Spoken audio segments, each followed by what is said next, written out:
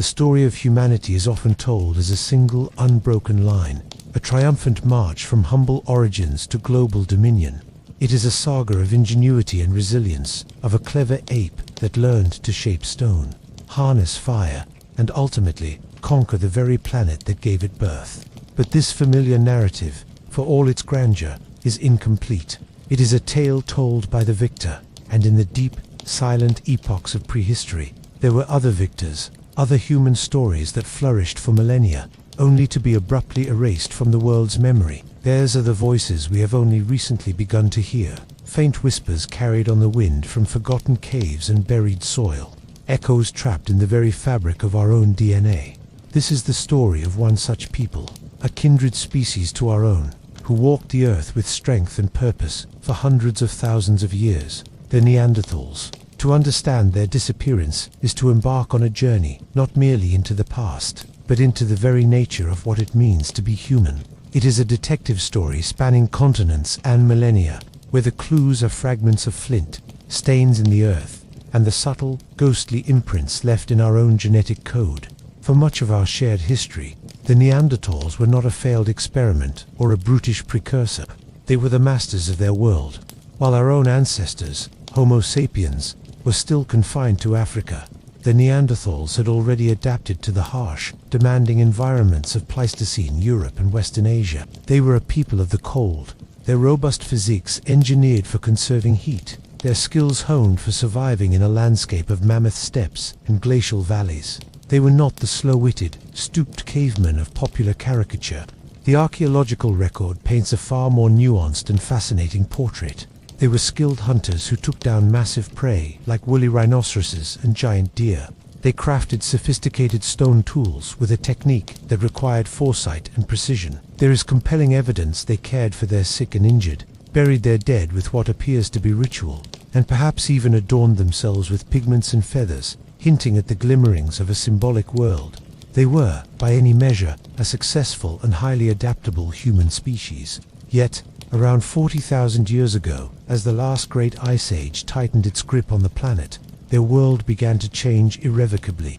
A new presence arrived at the edges of their territory, a population of tall, slender humans from the south, Homo sapiens. The encounter between these two kinds of humanity, the ancient residents of Europe and the ambitious newcomers from Africa, set in motion a chain of events that would lead to one of the most enduring mysteries of our past. Within a surprisingly short span of time, perhaps just a few thousand years, the Neanderthals vanished. Their fires went out, their tools were no longer fashioned, and their distinct presence faded from the earth, leaving behind only bones and stones, and a profound question: what happened? The answer is not simple. It is not a single cataclysm, like a volcano or a plague, that we can point to with certainty. Instead, it is a tapestry woven from threads of climate change, ecological competition, and perhaps a crucial difference in cognitive or social capacity.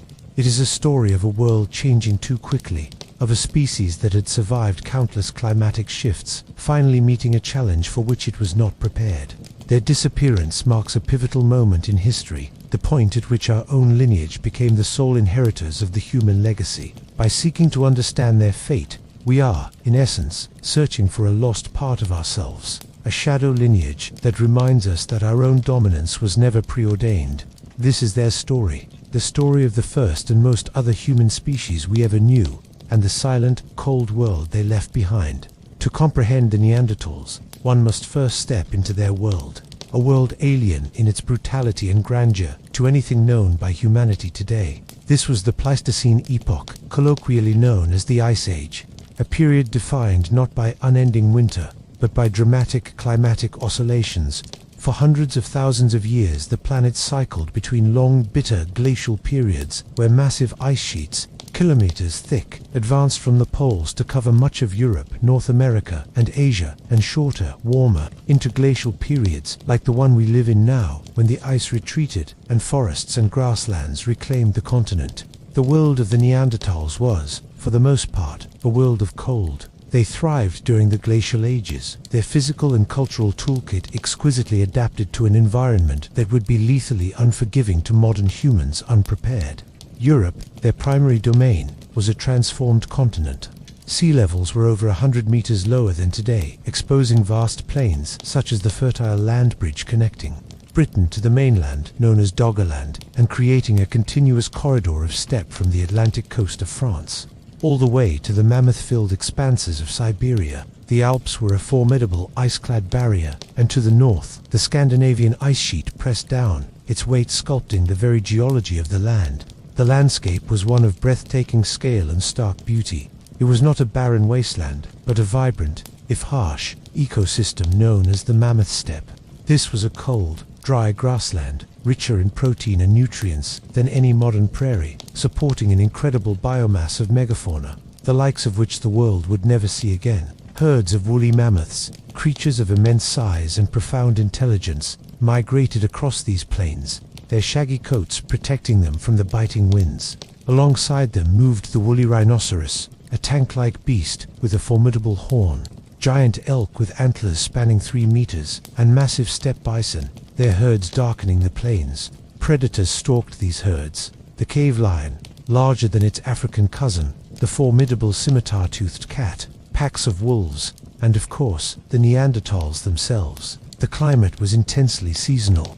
Summers were short, cool, and dry, a frantic burst of life and growth. But the winters were interminable, lasting 9 months or more, characterized by profound cold, howling winds, and a deep pervasive darkness, especially at higher latitudes.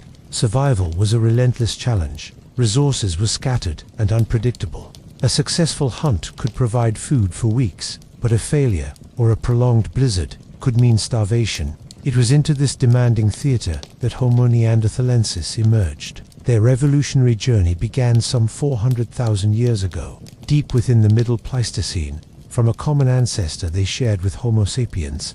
As the climate of Europe cooled, a population of these archaic humans became isolated, and over countless generations, natural selection sculpted them into a new form, perfectly honed for their specific ecological niche. The classic Neanderthal physique was a masterpiece of biological engineering for cold weather survival. They were shorter and far more robust than modern humans, with males averaging around 5.5 feet tall, but possessing a stocky, powerful build. Their bones were thick and heavy, showing massive muscle attachments, indicating immense strength. A barrel-shaped chest housed large lungs, efficient for a high-energy lifestyle in thin, cold air. Their most distinctive feature was the face, a large, projecting nose, which would have been excellent for humidifying and warming the frigid, dry air before it reached the lungs. A midface that swept forward, with prominent brow ridges shading deep-set eyes, and a receding chin. This entire cranial structure was built for durability, anchoring powerful jaw muscles needed to process a tough, meat-heavy diet. Their brain, however, was the most telling feature. On average, the Neanderthal cranial capacity was slightly larger than that of modern humans. They possessed a large brain, but one shaped differently from our own, with a more elongated skull and a differently developed cerebellum. This fact alone shatters the simplistic notion of their inferiority. They were not less intelligent, but their cognition may have been structured in a unique way, a different solution to the complex problem of survival. Their culture, known to archaeologists as the Mousterian industry, was a testament to their adaptability. Their primary tool was the Levallois technique, a sophisticated method of flint knapping that required a deep, conceptual understanding of the core stone. It was not a matter of randomly chipping away until a useful flake appeared. A Neanderthal toolmaker would carefully prepare the core, striking it in precise locations to control the shape and size of the final flake. This was a technology of forethought and planning, a mental blueprint held in the mind before the first strike was made. These flakes were then fashioned into a versatile toolkit. Sharp points hafted onto spears for hunting, scrapers for preparing hides, and hand axes for butchering carcasses. Their life was one of mobility. They were not cavemen in the sense of permanent settlers. They were nomadic, following the migratory patterns of the herds that were their lifeline. They used caves and rock shelters extensively, not as permanent homes, but as seasonal base camps, places of refuge from the elements, locations to process a large kill, and sacred spaces where they returned, generation after generation. Evidence from sites like La Chapelle-aux-Saints in France suggests they intentionally buried their dead, sometimes placing bodies in pits, perhaps with a tool or a piece of game laid beside them. This practice, debated fiercely by scholars, hints at something profound, a possible awareness of mortality, a spark of ritual, a connection that transcended the immediate needs of survival. They were not merely surviving, they were building a world, a culture, a way of life that had endured for over 300,000 years, a tenure on Earth far longer than our own species has yet managed. They were the uncontested masters of this Ice Age world, a rugged, resilient people whose story was about to intersect with that of a distant cousin, with consequences neither could have foreseen. While the Neanderthals had become the quintessential people of the European cold, a parallel human story was unfolding under the brilliant sun of Africa. Homo sapiens, our own direct ancestors, were evolving along a separate trajectory. Theirs was a world of different pressures, warmer climates, more diverse ecosystems, and perhaps a different set of social and cognitive challenges. For most of their early history, Homo sapiens were confined to the African continent, developing their own sophisticated toolkits, their own social structures, and their own ways of seeing the world. The archaeological record in Africa reveals a gradual but significant technological and behavioral shift. Beginning around 100,000 to 70,000 years ago, this period, often referred to as the Great Leap Forward or the dawn of the Upper Paleolithic Revolution, saw the emergence of traits that we now consider hallmarks of modern human behavior. The tools became more specialized and refined. Blade technology appeared long, slender flakes of stone that were more efficient, producing a greater length of cutting edge from a single core of stone than the Neanderthals' Levallois technique. But it was in the realm of symbolism and abstraction that the most striking differences began to manifest. In caves like Blombos in South Africa, archaeologists have found pieces of ochre engraved with intricate geometric patterns and shell beads strung as jewelry, dating back over 70,000 years. This represents a profound cognitive leap. The use of material culture to represent ideas, to signal identity, to create art. It suggests a mind capable of symbolic thought, of storing information outside the brain, of communicating complex concepts through shared symbols. This capacity for symbolic language far more complex and flexible than any that had come before, had been the critical innovation that would soon set Homo sapiens apart. Sometime after 70,000 years ago, small bands of these modern humans began to venture out of Africa. This was not a coordinated migration, but a slow, incremental expansion, generation by generation, likely driven by climate shifts, population pressure, and simple human curiosity. They followed coastlines and river valleys. Their superior projectile technology, such as spears thrown with atlatls, spear throwers that increased range and force, allowing them to adapt to new environments with remarkable speed.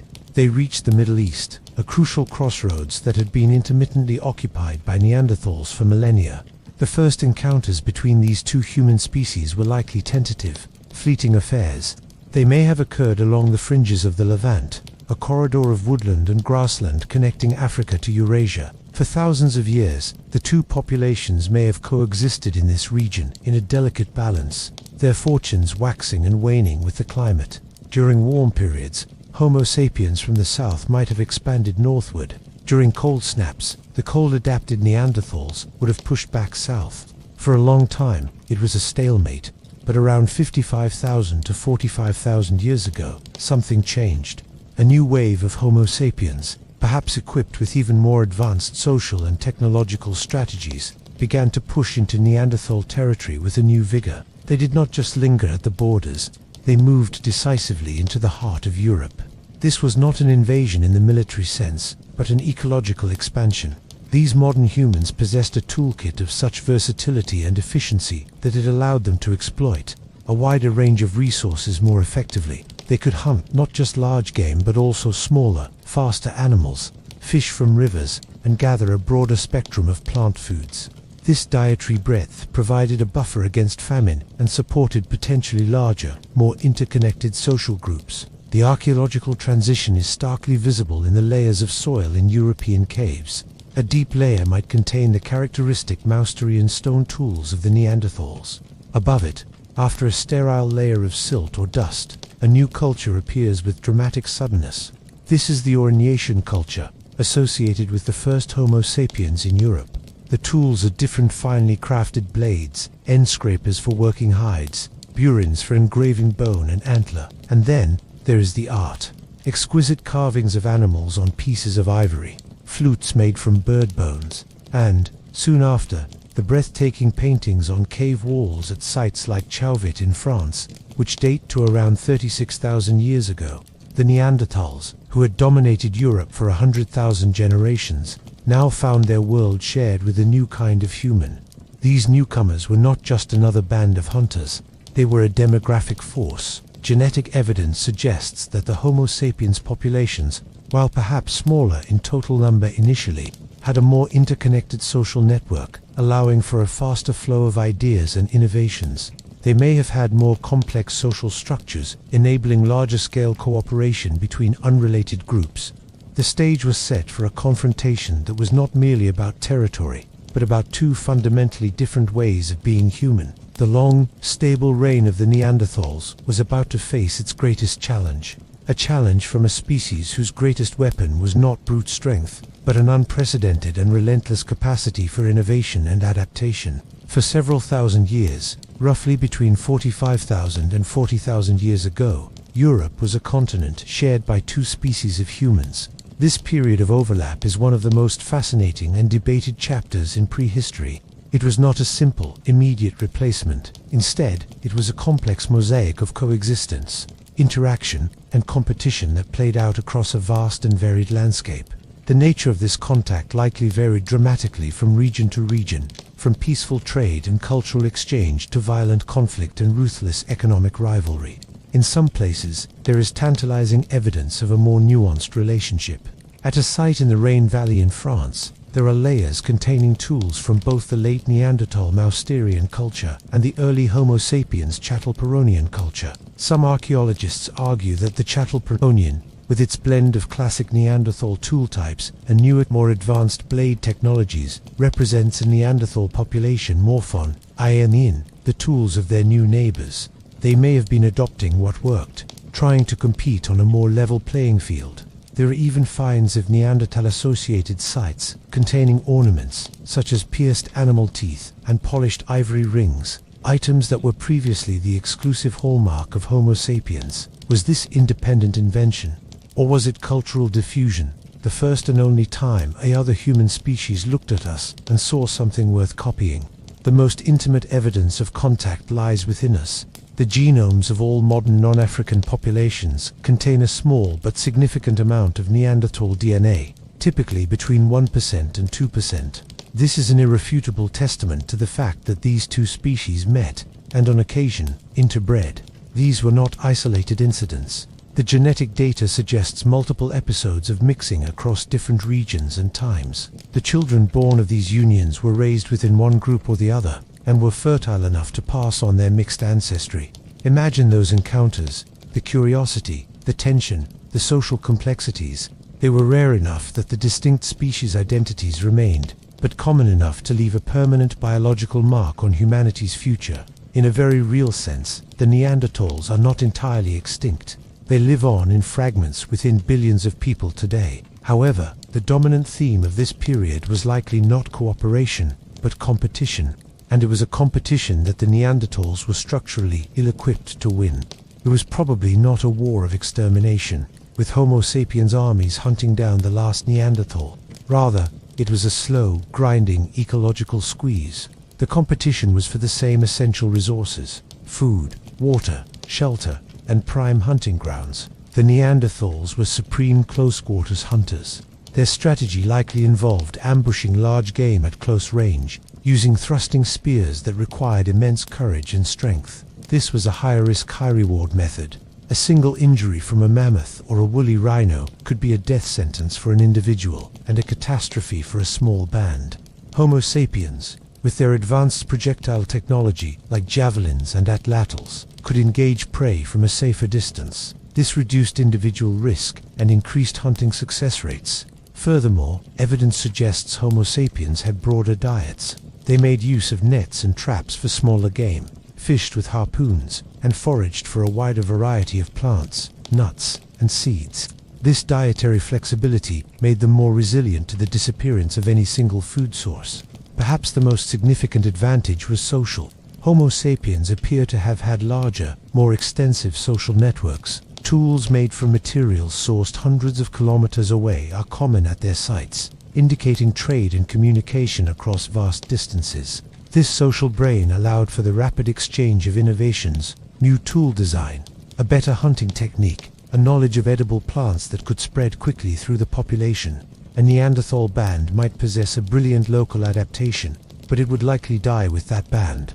A Homo sapiens innovation could spread like wildfire, giving the entire population a cumulative cultural advantage that accelerated over time. The Neanderthals, by contrast, seem to have lived in smaller, more isolated groups. Their technology was remarkably stable for hundreds of thousands of years, showing little of the rapid, explosive innovation characteristic of the Upper Paleolithic. Their social worlds may have been deep and rich within their immediate band, but they lacked the extensive, far-reaching connections that allowed Homo sapiens to function as a metapopulation, buffering themselves against local extinctions. When a Homo sapiens band faced a crisis, they could potentially call on allies or move into the territory of related groups. When a Neanderthal band faced a crisis, they were likely on their own. This silent competition took place against a backdrop of extreme climatic turmoil. The period of the Neanderthals' decline, around 40,000 years ago, was one of particularly severe and rapid climate fluctuations, known as Heinrich events. These were sudden plunges into deep cold, capable of transforming the landscape within a generation. The mammoth steppe ecosystem, to which the Neanderthals were so perfectly adapted, became fragmented. Forests retreated, and the great herds may have become scattered and harder to find. For a species already living on the demographic edge, with low population densities and high individual risk, these climatic shocks could have been devastating. Each cold snap would have pushed the isolated Neanderthal bands closer to the brink, while the more numerous, flexible, and interconnected Homo sapiens populations could better weather the storm, filling the voids left behind. It was a perfect storm of factors: a changing climate, a more efficient competitor, and a fragile social structure. The stage was set for the final act. The final disappearance of the Neanderthals was not a single, dramatic event that echoed across the continent. It was a slow, patchy fading, a flickering out of populations one by one, like lights going out in a vast, dark landscape. There was no grand finale, only a gradual silencing. The last known refuge of this resilient species appears to have been the southernmost tips of Europe, places like Gibraltar in the south of the Iberian Peninsula. Here, in a landscape of coastal cliffs and Mediterranean scrub, a small population of Neanderthals held on long after their cousins had vanished from Central and Eastern Europe. The dating of their last occupations is precise and poignant, around 41,000 to 39,000 years ago. After that, the archaeological record, which had borne witness to their presence for over 300 millennia, falls silent. The tools, the hearths, the butchered bones all cease. The long Neanderthal chapter in the human story was closed. The causes of their extinction were, as we have seen, multifaceted. It was not one thing, but a confluence of pressures that overwhelmed their capacity to adapt. The rapid and severe climate change of the Heinrich events fractured their preferred habitat and stressed their primary food sources. The arrival of Homo sapiens introduced a new, unprecedented form of competition. This was not merely another large predator.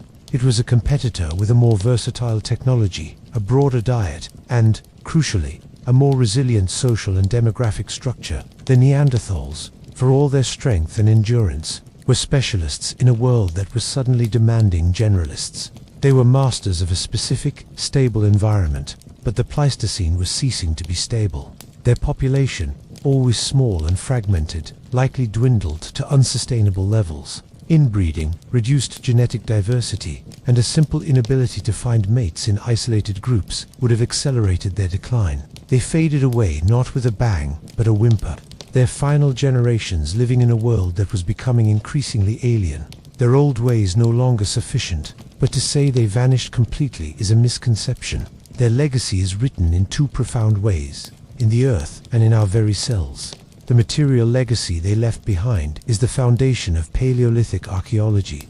Their Mousterian toolkits, their hearths, and their burial sites are the primary evidence for human life in Europe for a vast stretch of time. Every time a flint scraper is lifted from the soil, it is a direct connection to their world. The caves they inhabited, which later became the canvases for Homo sapiens art, were often first homes to Neanderthals. They were the original pioneers of Europe. More intimately, their biological legacy endures within us. The small percentage of Neanderthal DNA found in all non-African modern humans is not just a curious relic, it has functional significance. Early interactions with Neanderthals provided our ancestors with genetic variants that were immediately beneficial for survival in new environments outside Africa. These included genes related to immune system function, helping Homo sapiens fight off novel Eurasian pathogens, and genes involved in skin pigmentation and hair texture, adaptations to lower levels of sunlight. We are a hybrid species, and a part of our success in colonizing the globe is owed to the genetic gifts of our extinct cousins. In a twist of evolutionary irony, the Neanderthals contributed to the success of the very species that outcompeted them. The story of the Neanderthals forces us to confront profound questions about our own place in nature. Their disappearance highlights the fact that humanity has never been a single, monolithic entity. For most of our history, the world was home to multiple human species. Our current solitude is the exception, not the rule. The Neanderthals were not failed humans. They were a different kind of human, a successful experiment in living that lasted longer than Homo sapiens has even existed. Their extinction is a powerful reminder that success is no guarantee of perpetual survival. It underscores the fragility of even the most well-adapted species in the face of rapid environmental change and intense competition. Ultimately, the Neanderthals hold up a mirror to ourselves.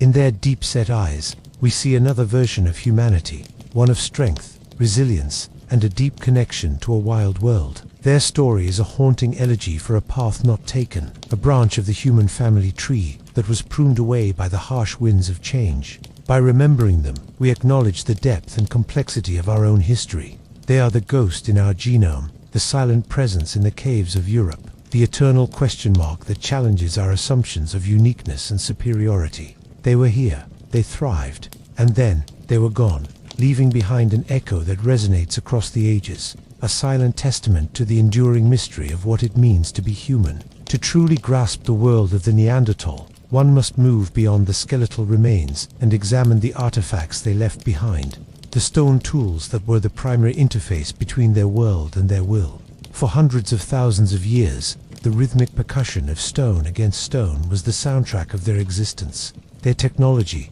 the Mousterian industry, was not a static monolith, but a sophisticated and adaptable system that speaks volumes about their cognitive abilities. The hallmark of Neanderthal toolmaking was the Levallois technique, a method that required a level of abstract thinking and planning that was revolutionary for its time.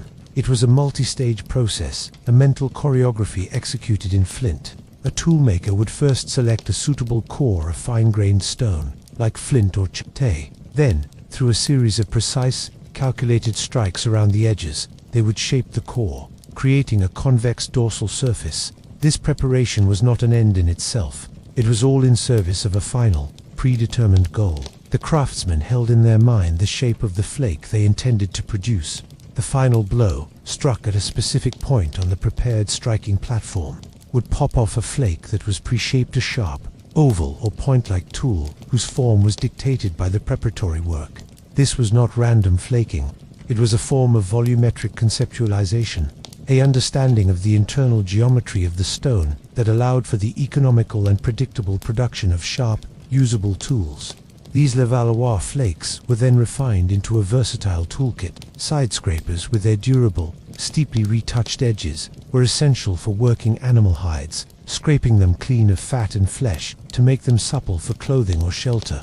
Points were hafted onto sturdy wooden spears, creating formidable hunting weapons. Denticulates with their serrated edges could have been used for working wood or processing plant materials. There was a clear functional logic to their technology, one honed by generations of experience in a specific environment. It was a technology of efficiency and practicality, perfectly suited to the tasks at hand: butchery, hide, preparation, and woodworking. For a long time, the absence of clear symbolic artifacts led to the conclusion that Neanderthals lacked the cognitive capacity for abstract thought. This view is now being radically revised. The discovery of pigments, particularly black manganese dioxide and red ochre, at several Neanderthal sites is highly significant.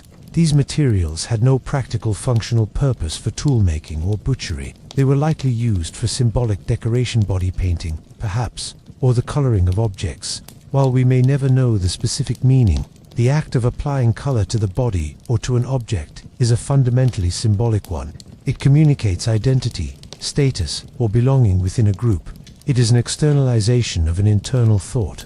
Even more compelling is the evidence from caves like Brunequel in France, where deep underground, far from any natural light, Neanderthals built complex circular structures from broken stalagmites around 176,000 years ago. This was not a domestic space, it was a journey into the profound darkness of the earth, for a purpose that can only be described as ritual or symbolic. It represents a mastery of underground space, the use of fire for lighting, and a collective, coordinated effort for a non-utilitarian goal. This discovery pushes back the date for complex symbolic behavior in humans by over 100,000 years and squarely attributes it to Neanderthals. The question of language is perhaps the most tantalizing. The anatomical evidence is ambiguous. Their hyoid bone, a small U-shaped bone in the neck, crucial for speech, was found at Kebera Cave in Israel and is virtually identical to ours. This suggests they had the physical capacity for complex vocalization. The genetic evidence adds another layer.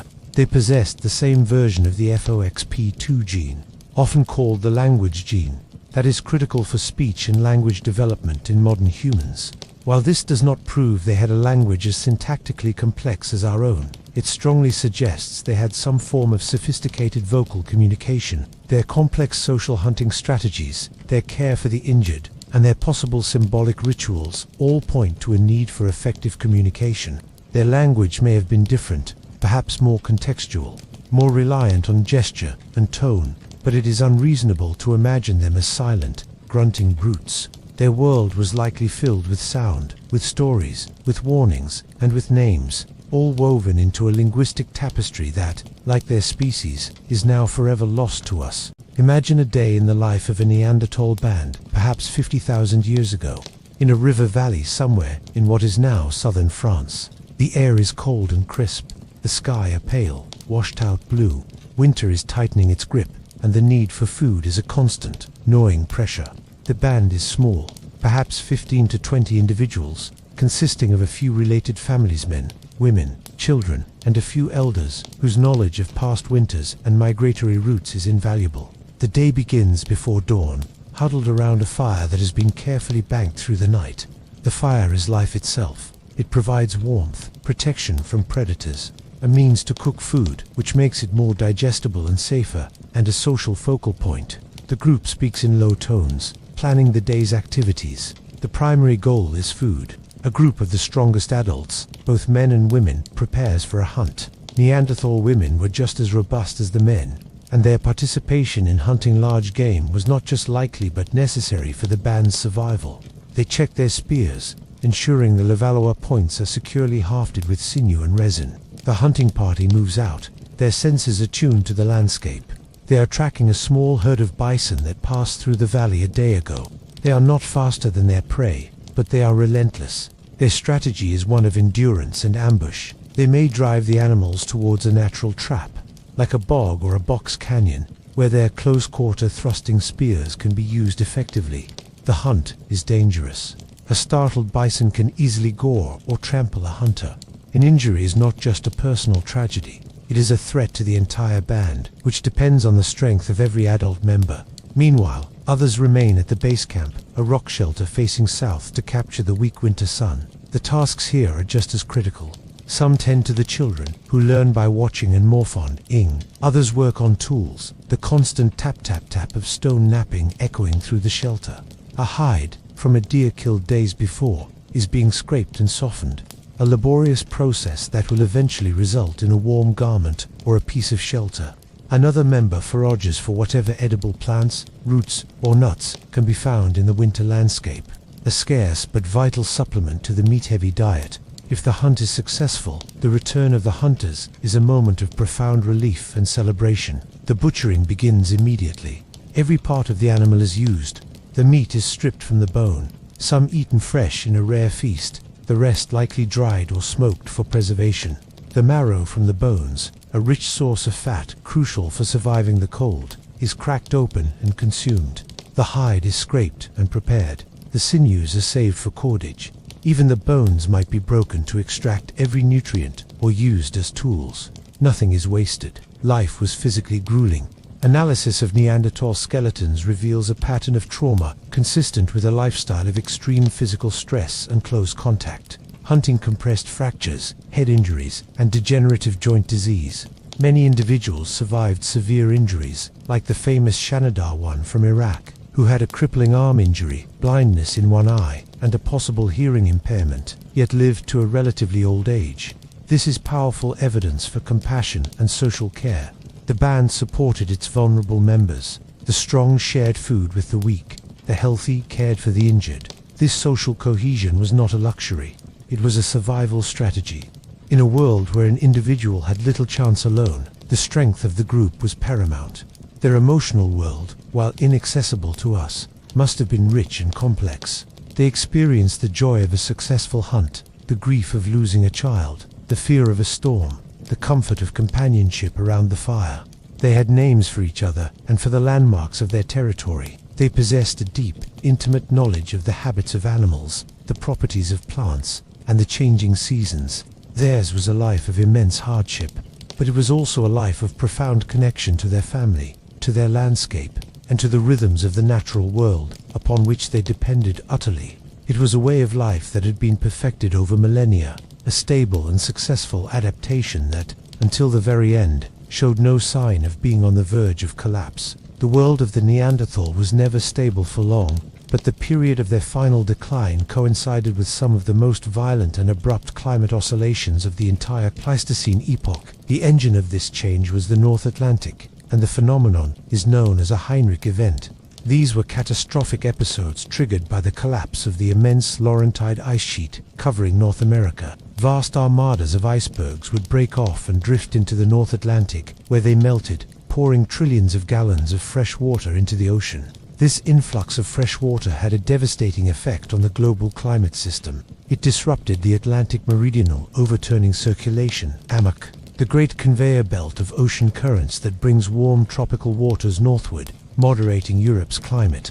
When the AMOC slowed or shut down, the result was a rapid and severe plunge into cold, dry conditions across the North Atlantic region. Temperatures could drop by several degrees Celsius within a matter of decades, a heartbeat in geological time. This was not a gradual cooling over centuries. It was a climatic whiplash. For the Neanderthals, these Heinrich events would have been existential crises. The ecosystem to which they were exquisitely adapted, the mammoth steppe, was dependent on cold, dry conditions. But the Heinrich events represented an extreme of this colder, hyper-arid, frigid environment that could push the steppe beyond its viable limits. The grasslands may have become deserts of ice and snow, unable to support the vast herds of megafauna. The mammoths, rhinos, and bison would have seen their ranges fragment, their populations shrank and become isolated in scattered refugia. A Neanderthal band's territory, which might have reliably supported them for generations, could become barren within a lifetime. The familiar migratory routes of the herds would vanish. A successful hunt, already a high-risk endeavor, would become a near impossibility. The stress on their population would have been immense. In such conditions, the small, isolated nature of Neanderthal groups became a critical vulnerability. With low population density and limited long-distance communication, they lacked the safety net that larger, more interconnected populations enjoy. A local extinction event, a failed hunt season, a particularly harsh winter could wipe out an entire band with no neighboring group to repopulate the area. This is where the competition with Homo sapiens became decisive. While the Neanderthals were supreme specialists of a specific type of cold environment, Homo sapiens were generalists. Their broader diet meant that when the large game became scarce, they could fall back on fish, rabbits, birds, and plant resources. Their wider social networks meant that information about changing conditions or new resources could travel far and fast. If one band discovered a surviving herd of reindeer in a mountain valley, that knowledge could be passed along trade routes. If a territory became uninhabitable, Homo sapiens bands had the potential to call on distant relatives for support or to move into new areas through coordinated action. The climate did not kill the Neanderthals outright. Rather, it squeezed them, reducing their numbers and fragmenting their populations into smaller, more vulnerable pockets. It turned their world into a series of islands in a sea of ice. Into these islands moved Homo sapiens, better equipped to navigate the turbulent seas of change. The Neanderthals, the masters of the Ice Age, were ultimately defeated by the ice itself, not by its steady presence, but by its cruel and unpredictable instability. Their final millennia were likely a desperate struggle against a changing world, a rearguard action fought by a people who had overcome countless challenges before, but who finally faced a combination of pressures that exceeded their remarkable capacity for survival. The most intimate and undeniable evidence of the encounter between Neanderthals and modern humans is not found in the soil of ancient caves, but within the nuclei of our own cells. The discovery that non-African populations carry within their DNA the ghostly imprint of a other human species stands as one of the most profound scientific revelations of the 21st century. This genetic legacy is a living archive, a silent testimony to those ancient meetings, and it reveals a relationship far more complex than simple replacement. The story of this discovery began with a monumental scientific effort, the sequencing of the Neanderthal genome. From painstakingly extracted fragments of DNA preserved in fossilized bones, particularly from sites like Vindija Cave in Croatia, scientists were able to piece together the genetic blueprint of a Neanderthal individual. When this blueprint was compared to the genomes of modern humans from around the world, a startling pattern emerged. The DNA of people of European, Asian, and Native American descent shared significant similarities with the Neanderthal genome that were absent in the genomes of people whose ancestors never left Africa. The conclusion was inescapable. Interbreeding had occurred. This was not a mere flirtation between species. The genetic data suggests multiple episodes of mixing, likely occurring in the Middle East shortly after Homo sapiens first ventured out of Africa, between 60,000 and 50,000 years ago. The children born from these unions were apparently fully integrated into the Homo sapiens groups. They were raised, they found mates, and they had children of their own, passing on their mixed ancestry over generations. As these modern human populations expanded and migrated across the globe, they carried these Neanderthal genetic variants with them. Today, the percentage is small and average. 1 to 2% of the DNA in a person of Eurasian descent is of Neanderthal origin, but this figure is deceptive. This DNA is not distributed evenly across our 3 billion base pairs through a process known as natural selection. Much of the Neanderthal DNA that was detrimental to our ancestors was weeded out over time. However, some segments were actively beneficial and were preserved. These retained fragments are like a list of tools that Homo sapiens borrowed from the Neanderthal toolkit to survive in a new and challenging world. What did we inherit? The Neanderthal legacy within us is profoundly practical. Some of the most significant contributions are in our immune systems. The Neanderthals had been living in Eurasia for hundreds of thousands of years, co-evolving with its local suite of viruses, bacteria, and parasites. When Homo sapiens arrived, they encountered these pathogens for the first time and were highly vulnerable. By interbreeding with Neanderthals, they acquired pre-adapted immune system genes that provided a crucial defense against these novel diseases. This genetic booster shot may have been a critical factor in the survival and success of the first pioneering bands of modern humans in Eurasia. Other inherited traits are related to adaptation to the environment. Certain genes involved in keratin production, the protein that makes up our skin, hair, and nails, have Neanderthal origins. In the colder, darker climates of the north, tougher skin and different hair follicles could have been advantageous. Genes affecting lipid metabolism and the risk of developing conditions like type 2 diabetes may also be part of this legacy, perhaps helping our ancestors process a high-protein, fat-rich Paleolithic diet more efficiently. But this genetic legacy is a double-edged sword. While some Neanderthal DNA helped us, other fragments seem to be a burden.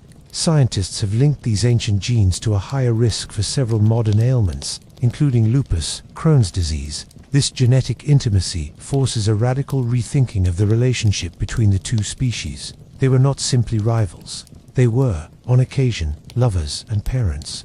The sharp biological boundary we once imagined is blurred.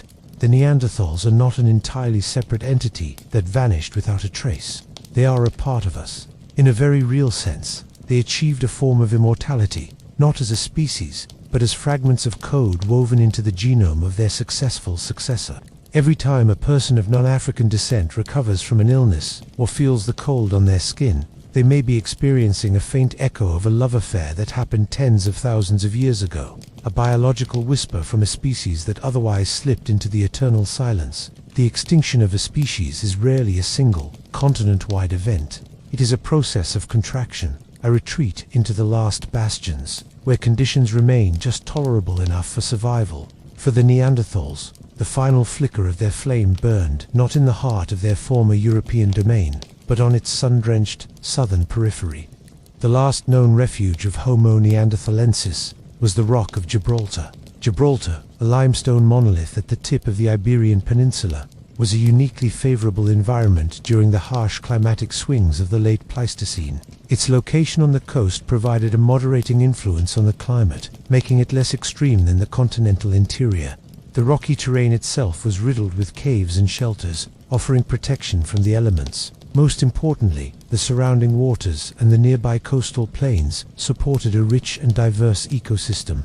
Here, the Neanderthals had access to a wide range of resources that were disappearing elsewhere. Archaeological excavations at Gorham's Cave and Vanguard Cave on Gibraltar have painted a vivid picture of these final generations. The evidence reveals a people who were sophisticated coastal foragers, exploiting the sea as well as the land. They hunted mammals like ibex and red deer on the coastal plains, but crucially, they also harvested marine resources. Evidence from shell middens shows they were gathering mussels, clams, and other shellfish. They hunted seals and probably scavenged beached whales. There is even evidence they caught dolphins, a feat that would have required considerable planning and coordination. This dietary breadth is significant. It shows a level of adaptability that contradicts the image of Neanderthals as rigid, big-game specialists. Here, at the end of their time, they were demonstrating a behavioral flexibility that was remarkably modern. The layers of occupation in Gorham's Cave tell a story of persistence. The Neanderthal occupation layers are rich with Mousterian tools, hearths, and the bones of their prey. Radiocarbon dating has pinpointed their final presence here to around 41,000 to 39,000 years ago. The tools are classic, late Neanderthal technology, but the subsistence strategy is broad and innovative. They were not a people in decline, huddled and desperate. The evidence suggests a stable, successful population making the most of a rich environment. But outside this sanctuary, the world was changing irrevocably. The climate was continuing its violent oscillations. The great mammoth steppe was fragmenting, and the Homo sapiens wave was advancing. The Aurignacian culture, with its characteristic blade tools and artistic flourishes, appears in sites north of Gibraltar around 42,000 years ago. It is unlikely that the last Neanderthals of Gibraltar ever encountered a modern human. The extinction was probably a matter of demography and distance. The Neanderthal population across Europe had been reduced to a handful of isolated groups. With each group that winked out, the total genetic diversity of the species plummeted. Inbreeding would have weakened their resilience. The group at Gibraltar was likely the last viable population, but they were an island in more ways than one, cut off from other Neanderthal groups by distance and by the expanding Homo sapiens populations. They had no source of new mates, no influx of genetic vitality. A run of bad luck, a drought, a disease, a few unsuccessful hunting seasons could have been enough to push them over the edge. Their numbers would have slowly dwindled. The social fabric, dependent on a critical mass of individuals, would have frayed. The knowledge passed down through generations would have been lost with the death of each elder. The end, when it came, was likely quiet and unremarkable. Perhaps the last individual was an old man or woman, the sole survivor of their band. Perhaps it was a child who succumbed to an illness. There was no one left to mourn them, no one to continue their traditions. The hearth in Gorham's Cave grew cold for the last time. The sounds of stone napping and conversation were replaced by the wind and the waves. The world, for the first time in hundreds of thousands of years, held only one species of human. The long reign of the Neanderthals was over. The Rock of Gibraltar, which had sheltered them for so long, became their tombstone, a silent monument to the final generation of a people who had walked the earth with strength and dignity for so long, only to vanish forever into the deep well of time. The disappearance of the Neanderthals presents us with a puzzle that is as much philosophical as it is scientific. For over a century, the dominant narrative, often tinged with a sense of triumphalism, was one of inherent superiority. Homo sapiens, with their superior brains, advanced tools, and creative brilliance, simply outcompeted their primitive, brutish cousins. This view, however, is a gross oversimplification that fails to withstand modern evidence. The question is not simply why did we win, but rather, why, given their long success, did they ultimately lose in that specific set of circumstances? The concept of cognitive superiority is particularly fraught. The Neanderthal brain was, on average, larger than our own. While size alone is not a perfect indicator of intelligence, it certainly rules out simple stupidity as an explanation for their extinction. Their technology, the Mousterian toolkit, was not primitive.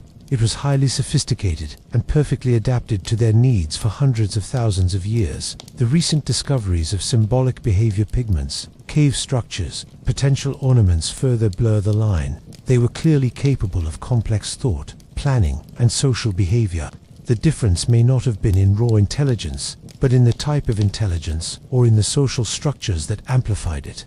Homo sapiens may have possessed a slight cognitive edge in areas like symbolic reasoning and the capacity for abstract, innovative thought. This cognitive fluidity might have allowed them to make connections between seemingly unrelated concepts to see a piece of ivory, not just as a material for a tool, but as a canvas for a symbol. This capacity for symbolic language, potentially more syntactically complex than that of the Neanderthals, could have been the killer app. It would have enabled not just the coordination of a hunt, but the sharing of complex myths, laws, and histories, the glue that binds large, unrelated groups together into a cohesive whole. This points to a potential crucial advantage: social scale. Neanderthal society appears to have been based on small, intimate, and probably deeply insular kinship groups. Their social world was intense but local. Homo sapiens, in contrast, seem to have developed the capacity for what anthropologists call networked or tribal sociality. They could maintain alliances and exchange partners across much larger geographical distances.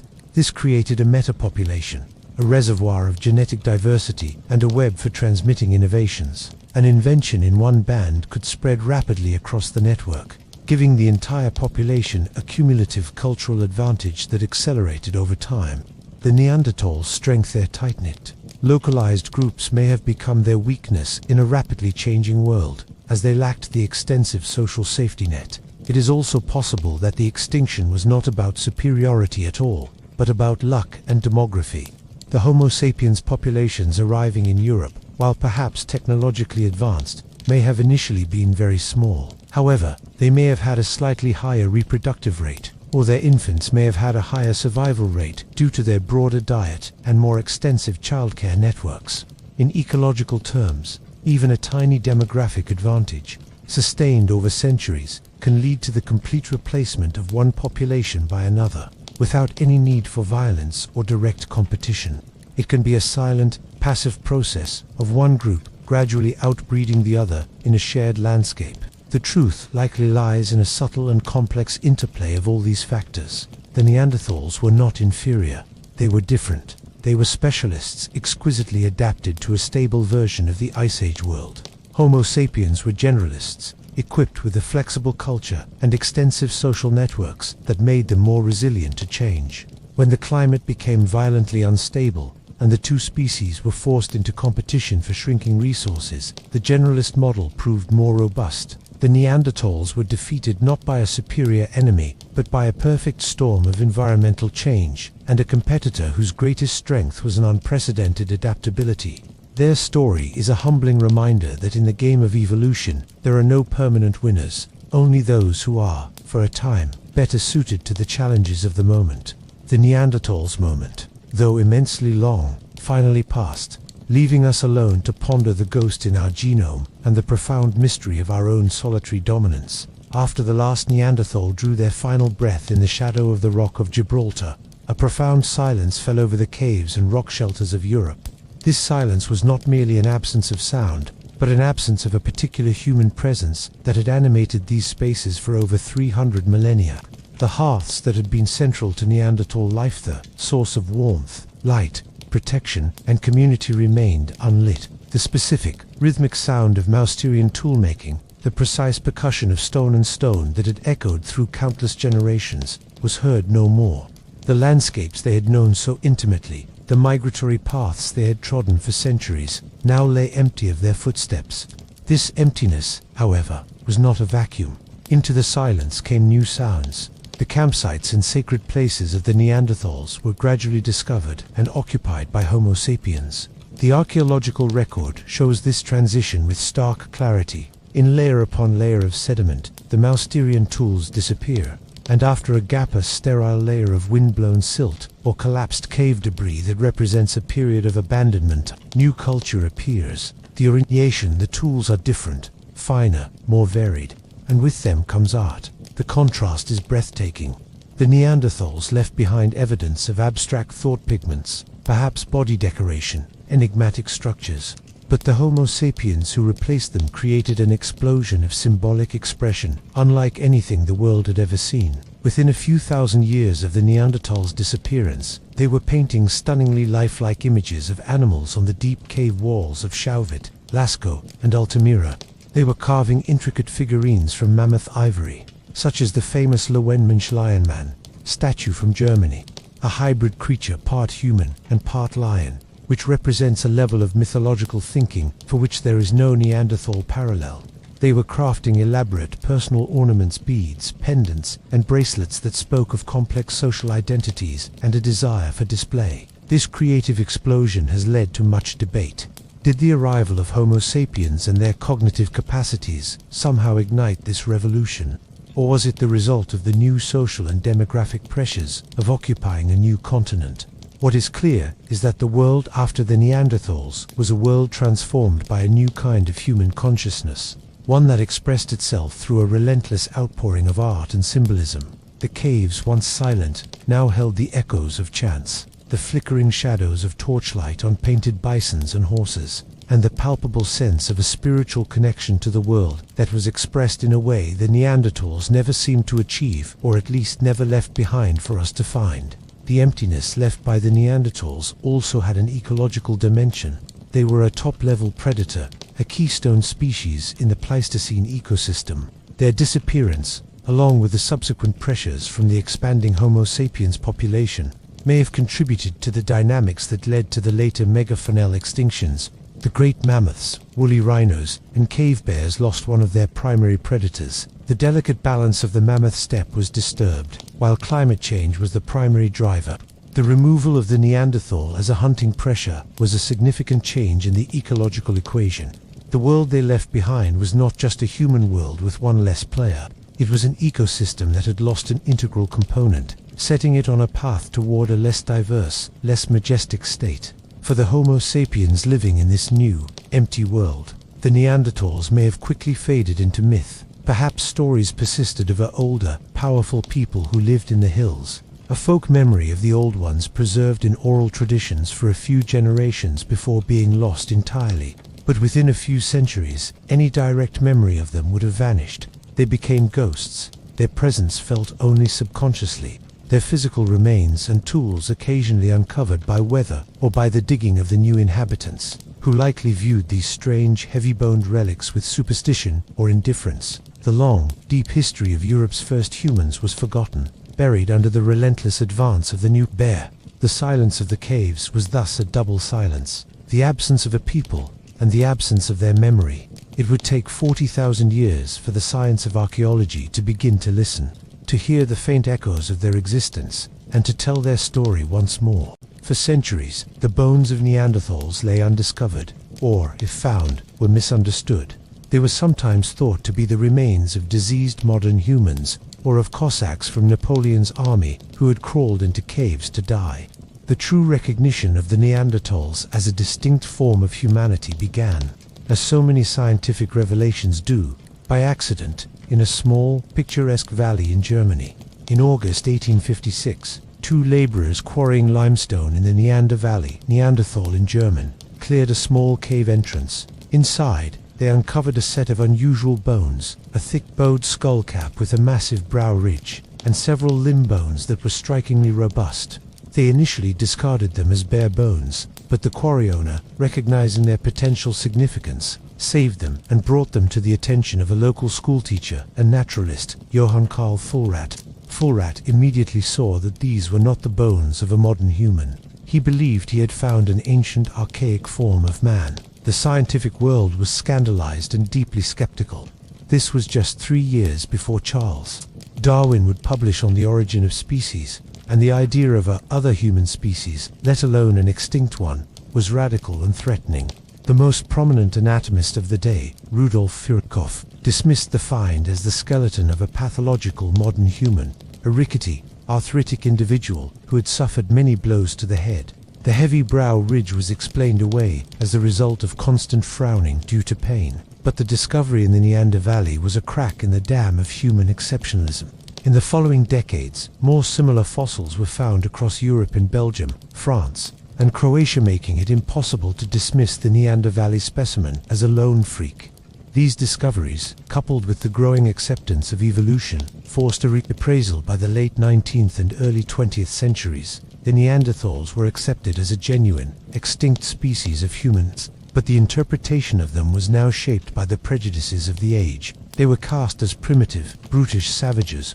The reconstruction by the French paleontologist Marcellin Bull, based on an old arthritic skeleton from La Chapelle-Saints, became the iconic image. A stooped, knuckle-dragging, dim-witted creature, more ape than man. This image suited the narrative of linear human progress, with modern Homo sapiens at the pinnacle. The Neanderthals were conveniently placed on a lower rung of the evolutionary ladder, a failed ancestor that demonstrated our own superiority. This brute stereotype persisted for most of the 20th century. It was reinforced by popular culture and even textbooks. It took a revolution in archaeological methods and a shift in scientific perspective to dismantle it. The development of more precise dating techniques, like radiocarbon dating, allowed scientists to place the Neanderthals accurately in time, understanding their long and successful reign. Taphonomy, the study of how bones become fossils, revealed that many of the violent injuries on Neanderthal skeletons were likely the result of rockfalls or carnivore activity after death, not constant combat. Most importantly, a new generation of archaeologists began to look at the evidence without the bias of superiority. They saw the sophistication of the Livoloi technique. They recognized the significance of the healed injuries that proved social care. They began to interpret the evidence for burials and potential symbolism with a more open mind. The image of the shuffling brute was gradually replaced by that of the capable, intelligent, and resilient Neanderthal. The final nail in the coffin of the brute myth was genetic science. The sequencing of the Neanderthal genome provided irrefutable proof of our intimate connection. They were not a distant, failed ancestor. They were our cousins. We had interbred with them. This discovery completed the journey of rediscovery, transforming the Neanderthal from a caricature of primitive failure into a complex, fascinating human species in their own right, a people with a story of immense longevity, adaptation, and ultimately, a tragic encounter with our own ancestors. The journey from the limestone quarry in the Neander Valley to the modern genetics lab is a story of science correcting its own misconceptions, and in doing so, restoring a lost branch of the human family to its proper place in our shared history. The story of the Neanderthals is far more than a fascinating footnote in our prehistory. It is a profound parable that holds up a mirror to our own species, forcing us to confront fundamental questions about humanity, success, and survival. Their long reign and sudden disappearance offer lessons that resonate deeply in our modern world, a world facing its own rapid and unprecedented changes. First and foremost, the Neanderthal story shatters the myth of human singularity. For most of our history, the Earth was home to multiple human species. We are the exception, the lone survivors of a once diverse family tree.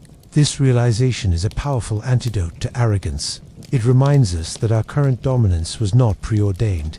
It was the result of a specific set of circumstances, a particular alignment of climate, technology, and social structure that favored our particular brand of adaptability. The Neanderthals were, by any objective measure, a successful species for hundreds of thousands of years, far longer than we have been around. Their extinction is a humbling reminder that evolutionary success is no guarantee of perpetual survival. It challenges the narrative of inevitable human progress and suggests that our own future is far from certain. Secondly, their fate underscores the critical importance of flexibility in the face of change. They The Neanderthals were masters of their world, but they were specialists. Their technology, their physicality, and their social structures were perfectly honed for a specific, stable version of the Ice Age. When that world began to change with unprecedented speed and violence, and when they faced a new, generalist competitor, their specialized adaptations became a liability. The lesson for Homo sapiens is stark. Our civilization is built on specialization and complexity, but this can also create fragility. The ability to adapt, to innovate, and to change course quickly may be the most valuable trait for long-term survival, both for a species and for a civilization. The Neanderthal legacy within our own DNA is a permanent biological reminder of the power of integration and hybridization. We did not simply eradicate our cousins, we absorbed them. Their genes provided us with tools to survive in new environments. This challenges simplistic, tribal notions of purity and superiority. Our strength as a species has often come from mixing, from exchanging ideas and genes with other populations. In an era of rising nationalism and xenophobia, the Neanderthal genome is a scientific testament to the fact that we always have been a mongrel species, strengthened by our differences and our ability to merge. Finally, the Neanderthals teach us about the deep roots of humanity itself. The evidence of their compassion, their care for the weak and injured, suggests that empathy and social bonding are not unique to Homo sapiens. They are ancient human traits. The potential spark of symbolism in their use of pigments and their construction of underground structures hints that the yearning to make meaning, to transcend the purely utilitarian, may be a shared feature of the human mind. In seeking to understand them, we are not looking at an alien other. We are looking at a version of ourselves, a reflection in a slightly distorted mirror. They possessed strength, resilience, intelligence, and a capacity for social connection that we can recognize and respect. The story of the Neanderthals is ultimately a tragedy, but it is not a story of failure. It is the story of a people who lived, loved, and struggled for a span of time that is almost incomprehensible to us. They walked the same earth we walk, under the same stars. They faced the cold and the dark with courage and skill. Their disappearance left a void in the world, a silence in the caves of Europe. But by listening to that silence, by piecing together the fragments they left behind, we learn not only about them, but about the fragility and resilience of the human condition itself. They are a ghostly presence in our past, a question mark that challenges our assumptions, and a reminder that many paths were possible.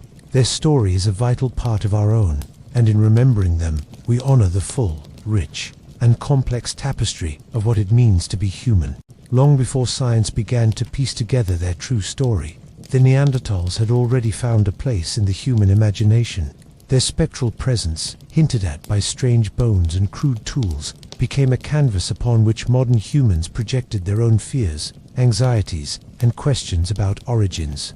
The cultural journey of the Neanderthal, from monstrous subhuman to sympathetic figure, mirrors our own evolving understanding of them and, indeed, of ourselves. In the late 19th and early 20th centuries, as the concept of the Neanderthal first entered public consciousness, they were invariably depicted as primitive brutes. They were the cavemen of popular cartoons and early films, hulking, club-wielding, grunting creatures, often shown dragging women by their hair. This image served a purpose. It reinforced a comforting sense of linear progress and human superiority. By creating a bestial other, Victorian and Edwardian society could define itself as civilized and advanced. The Neanderthal was the perfect foil, a symbol of the savage past we had triumphantly left behind. This caricature persisted for decades. It was cemented by influential literary works, most notably H.G. Wells' 1927 short story, The Grisly Folk, which portrayed Neanderthals as monstrous, inhuman creatures rightfully exterminated by our brilliant ancestors. This narrative of violent replacement, of a necessary war against the inferior species, fit the colonial and social Darwinist ideologies of the time. However, as archaeological discoveries accumulated and scientific interpretations softened, the cultural image of the Neanderthal began to change. The mid-20th century saw the first hints of a more nuanced portrayal. Jean M. Auel's massively popular 1980 novel, The Clan of the Cave Bear, was a watershed moment. While taking significant artistic license, Auel presented the Neanderthals, the clan, as a people with a rich, complex culture, based on racial memory and deep tradition. contrasted with the innovative, individualistic Cro-Magnons. Homo sapiens, the novel, for all its fiction, introduced millions of readers to the idea of the Neanderthal as a different, but equally valid, form of humanity. In the 21st century, as genetic evidence confirmed our intimate interbreeding, the Neanderthal has undergone a final transformation in our imagination. They are no longer monsters or simple-minded cousins. They have become tragic figures, noble savages doomed by the relentless march of progress. This is evident in films, television series, and novels where Neanderthals are often portrayed as spiritually connected to nature, peaceful and stoic in the face of their inevitable fate. They have become a symbol of a lost harmony with the natural world, a reflection of our own anxiety about the environmental destruction wrought by our species' success. This artistic evolution is more than just entertainment. It is a form of collective mourning and reconciliation. Through art, we are attempting to come to terms with our shared past. We imagine the encounters, the love affairs, the conflicts, and the final lonely moments of the last Neanderthal. We project onto them our own feelings of guilt for the species we have driven to extinction, and our nostalgia for a simpler, perhaps more authentic, way of life. The Neanderthal has become an archetype, the innocent, the guardian of the earth, the lost brother. This artistic engagement is crucial because it bridges the gap between cold scientific data and human empathy. A list of fossil dates and DNA percentages can inform the mind, but a powerful story or a poignant image can touch the heart. By imagining their inner lives, their joys, and their sorrows, we acknowledge their humanity. We complete the work of science by restoring not just their biological reality, but their emotional and spiritual presence. The Neanderthals, absent for 40 millennia, live a second life in our stories, a testament to our enduring need to connect with the past and to understand our place in the great chain of being. Their echoes are no longer just in our bones, but in our art, our myths, and our dreams. Despite the revolutionary advances in our understanding of the Neanderthals, their story is far from complete. Each answered question seems to open up new, even more profound, mysteries. The frontier of Neanderthal science is vibrant and rapidly moving, with researchers using increasingly sophisticated tools to interrogate the silent past, pushing the boundaries of what we can know about this other human species. One of the most tantalizing unanswered questions revolves around the extent and nature of their symbolic and artistic capabilities. We have evidence of pigment use and cave structures, but where is their art? Where are the equivalent of the breathtaking paintings of Chauvet Cave? The absence is puzzling. Was their expression ephemeral body painting, wooden carvings, and songs that left no trace? Or did their cognitive world simply not prioritize the creation of permanent figurative art in the way ours did? Some researchers suggest that the stunning cave art of early European Homo sapiens may actually depict a world shared with Neanderthals. Could some of the strange, hybrid creatures or specific geometric signs be representations of, or even made by, Neanderthals? Re-evaluating Paleolithic art with this possibility in mind is a new and exciting frontier. Another major mystery lies in their social organization. Genetic data from different Neanderthal fossils suggests that their populations were small and exhibited low genetic diversity. But can we understand their family structures? Did they practice petrolocality or metrolocality? How far did their trading networks extend?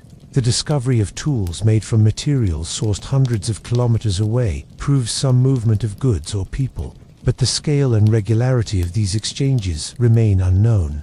Analyzing the strontium isotopes in their teeth, which can reveal where an individual grew up, might help map their lifetime movements and shed light on their social and marital patterns. The question of language remains perhaps the most difficult to answer.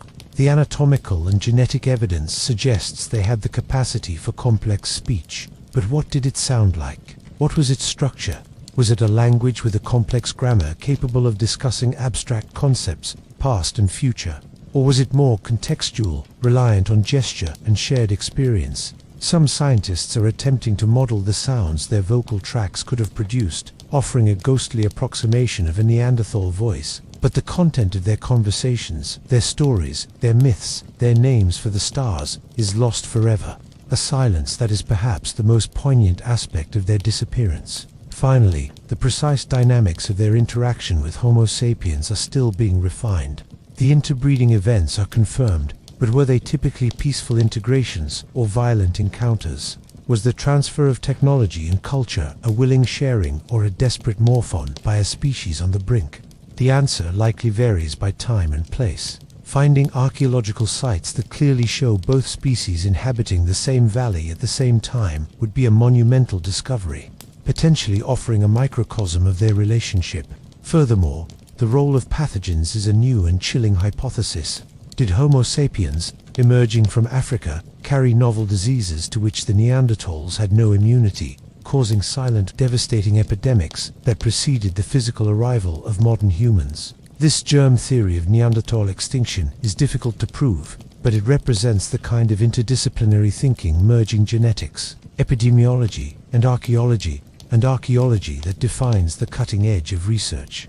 The Neanderthals continue to fascinate because they are a puzzle that is never fully solved. Every new technology, from refined radiocarbon dating to protein analysis on dental calculus, offers a new window into their world. They are a reminder that the past is not a static story written in stone, but a dynamic narrative that is constantly being rewritten. The unanswered questions are not a failure of science, but an invitation, a call to keep digging, keep analyzing, and keep imagining. The Neanderthals, our closest evolutionary relatives, still have secrets to tell, and their silence, after 40,000 years, is finally being broken. The story of the Neanderthals concludes not with a definitive answer, but with an eternal question, one that lingers long after the final evidence has been examined and the last theory debated. It is a question that transcends archaeology and paleoanthropology, reaching into the realms of philosophy and existential reflection. The question is this: in the grand, indifferent narrative of evolution, what is the measure of a successful life or a successful species? By the crude metrics of Darwinian fitness, survival, and reproduction, Homo sapiens are the undisputed victors. We have covered the globe, shaped its surface to our will, and our numbers are counted in the billions. The Neanderthals, by contrast, are extinct. Their lineage ended, and yet, to judge them a failure based on this alone feels myopic, even arrogant. Consider their tenure.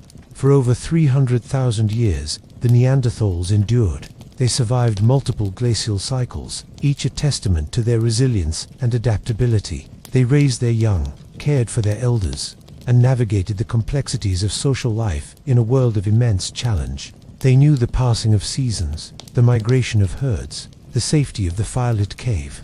They lived, for countless generations, a life that was undoubtedly rich in experience, connection, and meaning within the context of their world. Who is to say that their quieter, more focused existence was any less successful, any less valid, than our own frantic, planet-altering one? Their disappearance forces us to confront the fragility of all existence. They were not weak. They were overcome by a confluence of factors that exceeded their capacity to adapt. Their story is a cautionary tale for a species that now holds the fate of the planet in its hands. Our own specialized complex civilization may be creating its own set of vulnerabilities. The Neanderthals remind us that no species, no matter how powerful, is immune to the forces of change. But perhaps the most profound legacy of the Neanderthals is the way they have humbled us. They have shown us that we are not the sole proprietors of humanity. The human spirit, in its many forms, has flickered in different vessels. They possessed strength, compassion, and a spark of creativity that we can recognize as kin. The discovery of their DNA within us has erased a hard boundary, creating a biological continuum where once there was a chasm. We are not pure. We are hybrid, mongrel, enriched by our ancestry we once despised. The Neanderthals are gone. The last of their kind has long since returned to the earth. But in their absence, they have given us a priceless gift: perspective. They have taught us that our way is not the only way. They have shown us the depth of time and the myriad possibilities of being human, and they have left us with a haunting, beautiful mystery, a shadow in the cave, a whisper in the genes, a silent question mark that challenges our deepest assumptions about who we are and where we come from. They are the eternal other, and yet they are part of us, and in remembering them, we honor the beautiful, tragic, and endlessly fascinating complexity of the human story.